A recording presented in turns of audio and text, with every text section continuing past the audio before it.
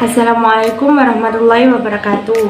Perkenalkan, nama saya Rani Kamilia Wardah dari kelas 11 MIPA 3 absen 25. Di sini saya akan menyelesaikan tentang materi dakwah yang bertema beriman kepada kitab-kitab Allah. Bismillahirrahmanirrahim. Assalamualaikum warahmatullahi wabarakatuh. Puji syukur mari kita panjatkan kehadirat Allah Subhanahu wa Ta'ala yang telah melimpahkan rahmat serta hidayahnya kepada kita semua. Dan tidak lupa sholawat serta salam kita curahkan kepada junjungan kita Nabi besar Nabi Muhammad SAW yang telah menuntun kita menuju jalan yang lurus, yaitu ajaran Islam. Semoga kita semua mendapatkan syafaatnya di yaumul akhir kelak.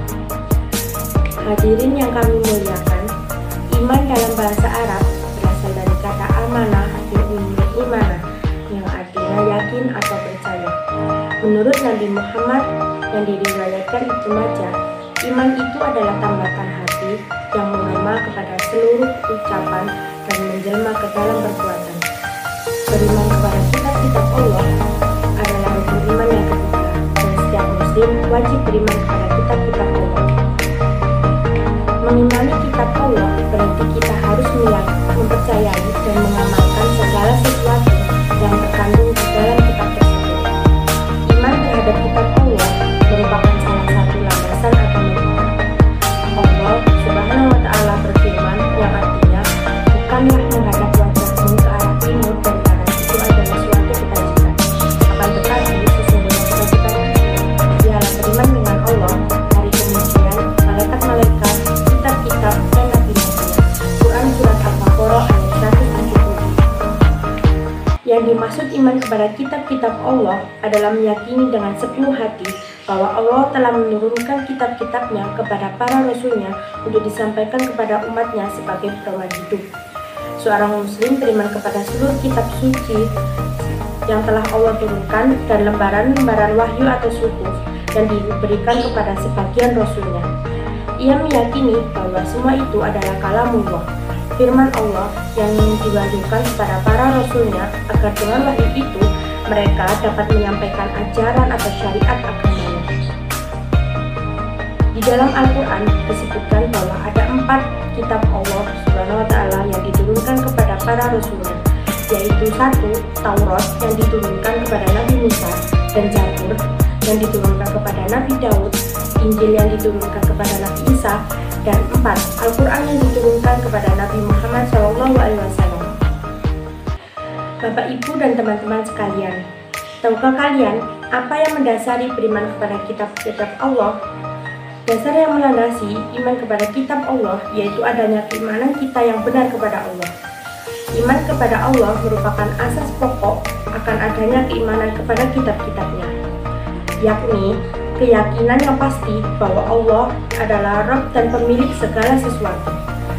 Dialah satu-satunya pencipta, pengatur segala sesuatu, dan dialah satu-satunya yang berhak disembah. Tidak ada sekutu baginya. Semua sesembahan selain dia adalah sesembahan yang batil, dan beribadah kepada selainnya adalah kebatilan. Allah Subhanahu wa Ta'ala berfirman dalam Quran Surat Al-Ma'idah ayat 48 yang berbunyi, wa anzalna ilaikal kitaba bil haqqi musaddiqan lima baina yadayhi minal kitabi wa muhaiminan alaihi fahkum bainahum bima anzalallahu wa la tattabi ahwa'ahum amma ja'aka minal haqq, yang artinya, dan kami telah menurunkan kitab Al-Quran kepadamu Muhammad dengan membawa kebenaran yang membenarkan kitab-kitab yang diturunkan sebelumnya dan menjaganya.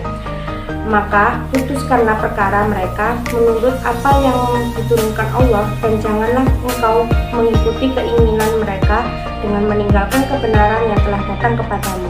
Quran Surat Al-Ma'idah ayat 48. Hadirin rahimakumullah, kitab-kitab yang dimaksud pada ayat di atas adalah kitab yang berisi peraturan, ketentuan, perintah, dan larangan yang dijadikan pedoman bagi umat manusia. Kitab-kitab Allah tersebut diturunkan pada masa yang zamannya berbeda-beda. Semua kitab tersebut berisi ajaran pokok yang sama, yaitu ajaran mengesahkan Allah atau tauhid. Yang berbeda hanyalah dalam syariat yang disesuaikan dengan zaman dan keadaan umat pada waktu itu. Kitab-kitab Allah dan para pengirimnya. 1. Kitab Taurat. Kata Taurat berasal dari bahasa Ibrani Torah yang artinya instruksi.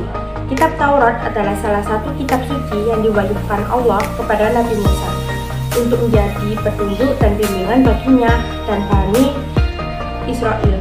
Taurat merupakan salah satu dari 3 komponen Torah, Nabi, dan Ketubim yang terdapat dalam kitab suci agama Yahudi yang disebut Biblia atau Alkitab, yang belakangan oleh orang-orang Kristen disebut Old Testament, Perjanjian Lama.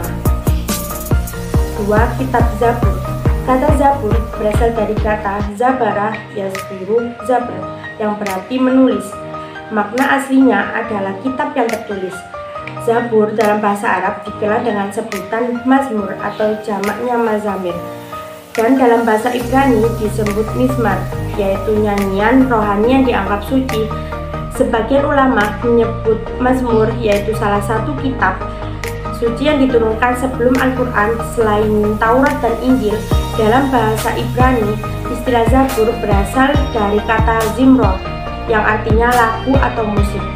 Zamir atau lagu dan Mizmor adalah Mazmur, merupakan pengembangan dari kata Zamar artinya nyanyi, nyanyian pujian. Zabur adalah kitab suci yang diturunkan Allah kepada kaum Bani Israel melalui utusannya yang bernama Nabi Daud. 3. Kitab Injil. Kitab Injil diwahyukan oleh Allah kepada Nabi Isa. Kitab Injil yang asli memuat keterangan-keterangan yang benar dan nyata, yaitu perintah-perintah Allah agar manusia mengesahkan dan tidak menyekutukannya dengan sesuatu apapun. Ada pula penjelasan bahwa di dalam kitab Injil terdapat keterangan bahwa di akhir zaman akan lahir nabi yang terakhir dan penutup para nabi dan rasul, yaitu bernama Ahmad atau Muhammad. 4. Al-Quran. Al-Quran diturunkan Allah kepada Nabi Muhammad SAW melalui malaikat Jibril. Al-Quran diturunkan tidak sekaligus, melainkan secara berangsur-angsur. Waktu turun Al-Quran selama kurang lebih 23 tahun, atau tepatnya 22 tahun, 2 bulan, 22 hari. Terdiri atas 30 juz, 114 surat, 6.236 ayat, 74.437 kalimat, dan 325.345 huruf. Wahyu yang pertama adalah surat Al-Alaq ayat 100-5, diturunkan pada malam 17 Ramadan 610 Masehi di Gua Hiro ketika Nabi Muhammad sedang berkhalwat. Nama lain Al-Quran. 1. Al-Huda artinya sebagai petunjuk seluruh umat manusia. 2. Al-Furqan artinya Al-Quran sebagai pembeda antara baik dan buruk. 3. Asyifa artinya Al-Quran sebagai penawar atau obat penenang hati. 4. Az-Zikr artinya Al-Quran sebagai peringatan adanya ancaman dan balasan. 5. Alkitab artinya Al-Quran adalah firman Allah yang dibukukan. Isi kandungan dari Al-Quran. A. Akidah atau keimanan. B. Ibadah, baik ibadah mahdoh maupun ghairu mahdoh. C. Akhlak seorang hamba khalid kepada sesama manusia dan alam sekitarnya. D. Muamalah, yaitu hubungan manusia dengan sesama manusia.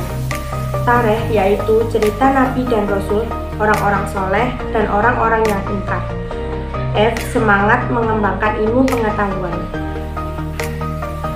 Bagi orang yang beriman kepada kitab-kitab Allah, ia akan melakukan perilaku mulia sebagai berikut. 1. Meyakini bahwa kitab suci sebelum Al-Quran datang dari Allah, tetapi akhirnya tidak murni lagi sebab dicampurkan dengan ide-ide manusia di zamannya. 2. Al-Quran sudah dijaga kemurniannya oleh Allah sampai sekarang. Umat Islam juga sebagai penjaganya. Menjaga kemurnian Al-Quran adalah tugas kita sebagai muslim. Salah satu cara menjaga Al-Quran adalah dengan berusaha menghormati, memuliakan, dan menjunjung tinggi kitab Al-Quran. 3. Menjadikan Al-Quran sebagai petunjuk dan pedoman hidup. dan tidak sekali-kali berpedoman kepada selain Al-Quran. Berusaha untuk membaca Al-Quran dalam segala kesempatan dikala suka maupun duka. Kemudian belajar memahami arti dan isinya. 5. Berusaha untuk mengamalkan isi Al-Quran dalam kehidupan sehari-hari, baik itu di waktu sempit maupun di waktu luang. Selesai juga materi yang ingin saya sampaikan. Tak ada kata seindah doa dan tak ada perbuatan yang baik sebaik memohon maaf dan bertaubat. Dari apa yang saya ucapkan, semoga menjadi amal ibadah dan doa serta apa yang saya ucapkan. Bila banyak kekurangannya, saya mohon maaf kepada hadirin semua. Terima kasih. Terakhir saya sampaikan wassalamualaikum warahmatullahi wabarakatuh.